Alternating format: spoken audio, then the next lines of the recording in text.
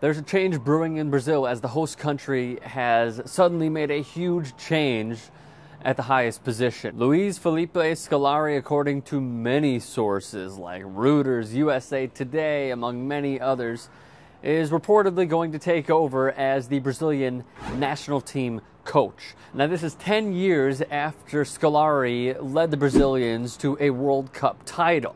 Now, some of the criticisms is that he doesn't have it. He's too old. He's 64. The team assembled now does not in any way reflect the team that he had in 2002 when he had the likes of, let's just say, Juninho at 29 years old, Cafu at 31 years old, Roberto Carlos at 29 years old, Dida at 28, Ronaldinho at 22, Luizão at 26, Kaká at 20, Ronaldo at 25, the real Ronaldo, Gilberto Silva at 25, and Lucio at 24. The announcement will probably be made tomorrow as Scolari and the Brazilian Football Confederation chief Jose Maria Marin met. Scolari will take over for Mario Menezes, who only lasted 2 years with the Brazilian national team. He took over for Dunga in 2010. Marin reportedly didn't like his style, didn't like his coaching schemes, and the play that was being put out on the pitch.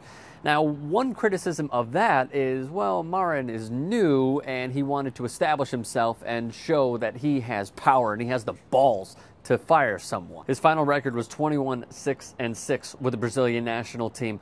Now, there will be no representative at the Confederations Cup draw, which will start next June. Going back to Scolari, he has been unemployed since departing from Palmeiras, a Brazilian club. There's controversy there because he led them to a title, but then he noticed that the season was just going to shit, so he decided to leave, and the club got relegated. Not a great way to up your ante as a candidate for a position like this. He did have success with Portugal, so you have to give him credit for that. In 2004, they reached the European Championship final when they were upset by Greece 1-0. He was with the team for 5 years. In 2006, the 2006 World Cup, that is, Portugal placed 4th. However, he went to Premier League giants Chelsea in 2008, and that was just a flat-out disaster, so that must be mentioned. He rejected offers for the Russian national team, among a few other clubs.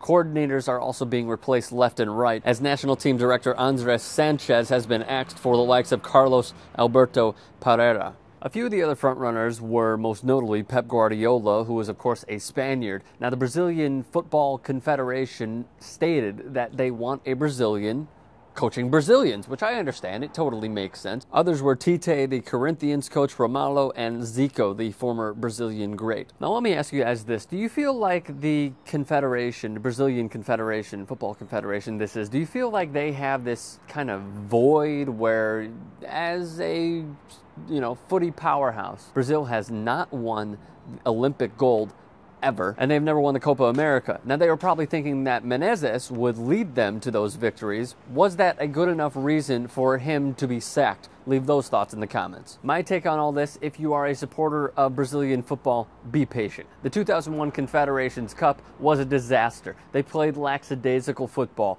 It just wasn't a positive sight for Brazilian football. But then what happened a year later? They won the World Cup. So be patient if they don't get off to the best start that you wanted to see. Now the question is, was it the right choice? For me personally, I think it was, because you know what? Every company is going to have their own policy, whether it's, sports radio stations in this country, outside of the country. They want local guys hosting their sports. I totally understand that. If I'm going to apply to a job in Kansas to talk about the Chiefs, look, I can do all my research on the Chiefs I want. I'm not a fan of the team. I haven't followed the team like many diehards in that town have. He is a Brazilian. He has coached them to success in the past, so I totally understand why they passed on Pep Guardiola. For me personally, I think it was the right choice. Success with that team is always going to have more traction than an outsider coming in who had success at the club level. So what do you guys think? Leave your thoughts in the comments. It would be so important to us, and it would mean so mumuch to us if you subscribe to 2IT Sports. It's a video of someone getting hit in the face, which is great for YouTube airwaves. Let's see it.